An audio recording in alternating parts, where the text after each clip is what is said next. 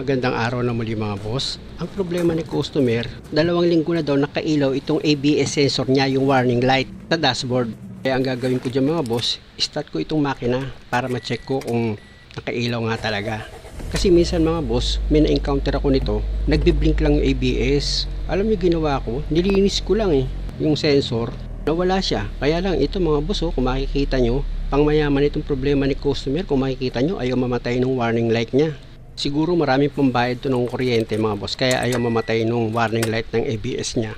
At syempre naman mga boss, dito ko na ngayon matitesting yung in-sponsor sa akin na engine diagnosis scanner. Una syempre yung pinaka-abli ng scanner ko, dito ko ilalagay yan. Tapos yung karugtong yan mga boss, papunta yan dun sa unit or dun sa scanner na in-sponsor sa akin ng customer. Siyempre naman, ang unang gagawin ko dyan, punta ako sa diagnosis, tapos yung klase ng sasakyan, kung American, European, o kaya Asian. Asian ito mga boss Pagpindot ko naman ng Asian, kung anong klaseng brand, kung anong gawa.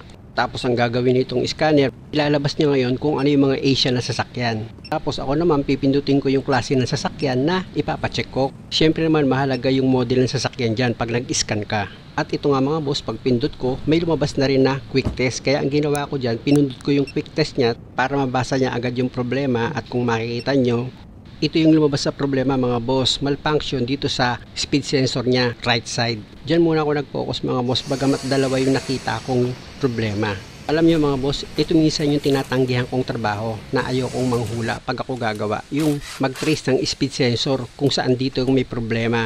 Kasi mga boss, 4 yung speed sensor nito. Hindi ko siyempre alam kung alin dyan. Yung una, 2 yan. Sa likuran, 2 rin. Kaya dahil sa may scanner na ako, tinanggap ko na itong sasakyan para gawin. Pag nagpalit kayo ng speed sensor mga boss, unang-una tanggalin nyo yung gulong. Siyempre naman, tapos dito naman sa sensor nya, gamit ka ng number 10 dyan na socket wrench. Isang bolt lang naman na number 10 yung nakalagay dyan. Tapos pwede mo na ngayon hugutin itong speed sensor mo. Kung medyo matigas yan mga boss, pwede mo yan sikwatin ng flat screw o kaya persay mo na dahil papalitan mo naman yan Tapos dito ka naman ngayon sa bracket nya. May number 10 na mga bolt yan mga boss. Naka-bracket kasi yan dito sa body nya. Tatanggalin mo lang yung number 10 na bolt yan. Pag natanggal mo na yan mga boss, dito ka naman ngayon sa mga clip nya, plastic clip. Kung makikita nyo mga boss sa plastic clip, gumamit ako dyan ng flat screw. Sikwatin nyo lang yung plastic clip mga boss paangat para bumuka yan. Nang sa ganun matanggal mo na itong wire ng speed sensor mo. Meron pa yan mga boss. Ayan sisikwatin mo ulit yan ng flat screw. Bali ibubuka mo lang naman yan mga boss para matanggal siya sa pagkakaipit itong plastic clip, itong wire ng speed sensor mo. Tapos sa taas mga boss, ganun din. Sisikwatin mo rin yan paangat. Ayan ibubuka mo lang naman yan para bumitaw itong wire ng speed sensor mo. Diba? Tanggal na siya. Napakadali lang naman. At dahil sa natanggal ko na ito sa pagkakaklip, iibabaw muna ako. Kasi nandito mga boss yung socket wire. Doon kasi nahihirapan ako bunutin mga boss Hindi katulad dito, may puwersa ako. Ayan ipapasok ko lang naman dyan yung kamay ko mga boss. Dito sa gilid ng fender. Tapos yung socket wire ng speed sensor, meron ka dong ipipress tsaka mo ngayon siya bubunutin. Huwag kayong mag-alala mga boss, napakadali naman hugutin nun. Basta ipipress mo lang bago mo siya hugutin. Ganun lang siya kadali. Tapos ito naman papalitan mo na speed sensor mga boss, yung pinakadulo niyan, nakatusok lang yan. Ang gagawin mo lang dyan mga boss, hilahin mo lang kasi nakaklip din yan Hatakin mo lang siya, uga-ugay mo sabay hila. Plastic lang naman yan, diba nabunot ko na siya. Tapos balik ulit ako dito sa wire ng speed sensor mga boss, nakabracket pa pala ito sa shock absorber niya. Kaya ang gagawin ko dyan mga boss, gagamit ako dyan ng socket wrench na number 14. Kailangan kasi matanggal ko itong bolt mga boss para matanggal ko na ng tuluyan itong speed sensor. At kung makikita nyo mga boss, diba, natanggal ko na itong bolt na number 14. O pwede ko na ngayon tanggalin itong speed sensor. O diba, ganun lang. At ito na mga boss, yung nabili ni customer na speed sensor. Kung makikita nyo, check ko maigi yan mga boss kung wala siyang damage. Para pag inilagay ko dito sa sasakyan ni customer, walang problema. At dahil sa okay naman ito mga boss, wala naman siyang problema, pwede ko na ngayon ikabit yan dito sa sasakyan ni customer. Siyempre naman mga boss, mahalaga na bago ko kinabit yan, tama yung sukat niya. At higit sa lahat, parehas na parehas. O ikabit ko na ito mga boss, unahin ko itong sa sensor niya muna, dito sa steering knuckle. Sa paglagay ng speed sensor mga boss, syempre naman mahalaga na ingatan nyo yan sa pagkabit nyo. Lalo na yung dulo nyan mga boss, ingatan nyo na wag madikit sa bakal. Dapat iswak nyo siya para hindi madumihan itong speed sensor nyo. Tapos pwede mo na ngayon ilagay itong number 10 na bolt kapag sigurado ka na maayos na yung pagkakalapat nitong speed sensor mo. Tsaka mo yung higpitan ng maayos yan ng socket na number 10. Tapos dito naman sa bracket niya mga boss, dito sa shock absorber, iayos mo ng maganda yan mga boss. Dapat hindi yan gagalaw-galaw, at hanggat maaari yung pagkakalagay mo ng bolt na number 14, maayos yan. Dapat lapat na lapat yan dito sa shock absorber, itong bracket niya.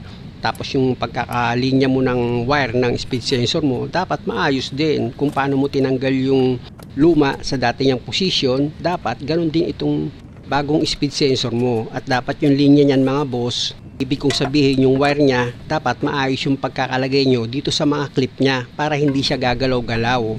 Mahalaga kasi kung sa nakaposition talaga itong linya ng wire ng speed sensor mo, dapat ganun na ganun din pag nilagay mo na itong bagong speed sensor mo. Nakikita nyo naman mga boss kung paano ko inilalagay, di ba? Yung pagkakaklip ko, dapat same procedure, nakaporma pa rin siya. At pag okay ka na dyan mga boss, ilihis mo lang ng kaunti itong cover ng fender mo. Ayan, ilihis mo lang siya, tapos itusok mo lang itong dulo ng speed sensor mo. Yan yung pagkakabitan mo ng socket wire.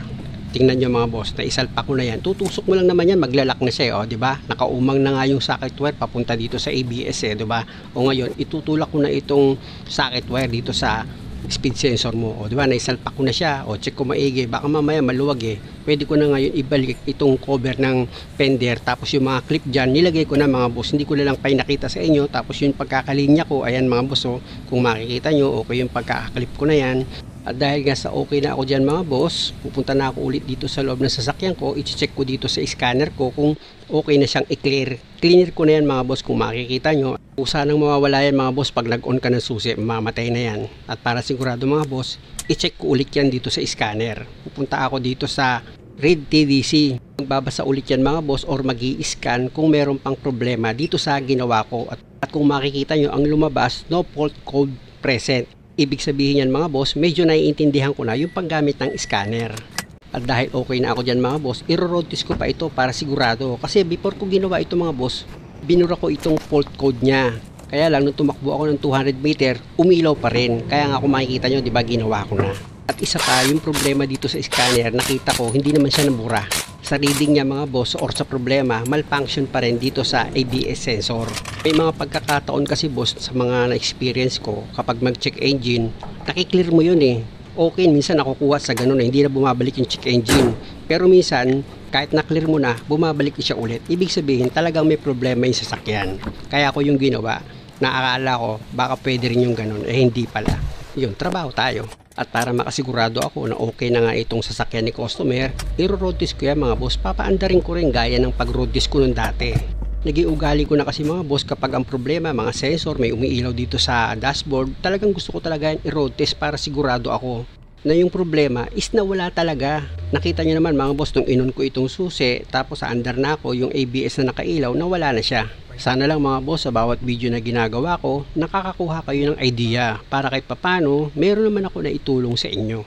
At isa pa mga boss, lagi ako humihingi sa inyo ng pasensya dahil alam ko naman gusto nyo magpagawa sa akin, kaya lang hindi ko kayo mapagbigyan. Unang-una, wala kasi akong shop. Pangalawa, marami akong customer na iniikutan. At higit sa lahat mga boss, meron akong pinapasukan. Pero kung may pagkakataon naman para magawa ko itong sasakyan nyo, bakit naman hindi?